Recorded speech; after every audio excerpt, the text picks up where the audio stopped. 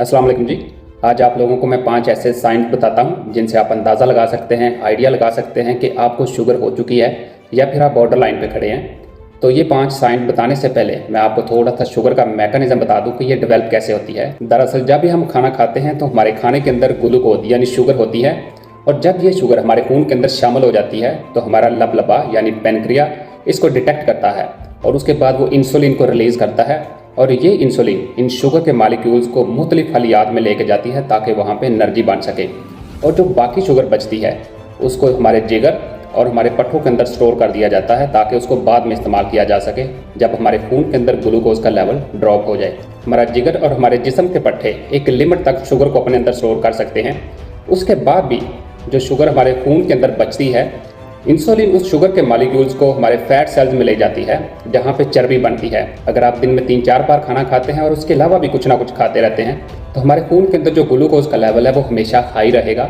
हमारे पट्ठों और जिगर के अंदर जो ग्लूकोज स्टोर हुआ था जिसको बाद में इस्तेमाल करना था वो इस्तेमाल में नहीं आ रहा। हमारे खून में मौजूद इंसुलिन इस शुगर को यानी इस ग्लूकोज को फैट सेल्स के अंदर डालना शुरू कर देती है जहाँ पे ये चर्बी में तब्दील कर दिया जाता है और आहिस्ता आहिस्ता आपका वजन बढ़ना शुरू हो जाता है।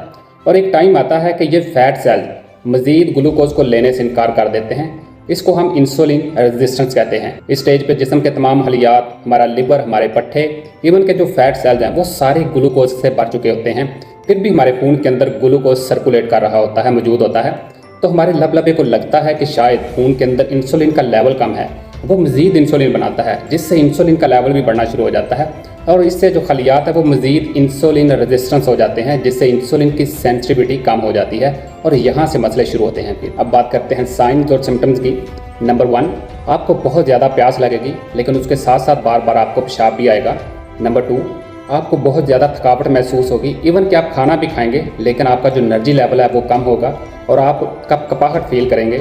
नंबर 3, जिन लोगों में भी इंसुलिन रेजिस्टेंस डेवलप हो जाती है यानी प्री डायबिटीज़ होते हैं, उनके जिस्म पे खासकर गर्दन पे डार्क पैचेस बनना शुरू हो जाते हैं यानी गर्दन काली हो जाती है और वहाँ पे गहरी काली लाइंस बनना शुरू हो जाती हैं। तो इससे आप अंदाज़ा लगा सकते हैं कि इस बंदे को आने वाले वक्त में शुगर होगी। नंबर 4, जिन लोगों में भी इंसुलिन रेजिस्टेंस डेवलप हो जाती है यानी प्री डायबिटीज़ होते हैं, इन लोगों को बहुत ज़्यादा भूख लगती है लेकिन इनका वजन कम होता रहता है। नंबर 5, अगर इन लोगों को कोई जख्म लग जाता है तो वो जल्दी से बढ़ता नहीं है, वो हील नहीं होता। बराए मेहरबानी अपनी खुराक के अंदर शुगर का कम से कम इस्तेमाल करें और रेगुलर एक्सरसाइज करें।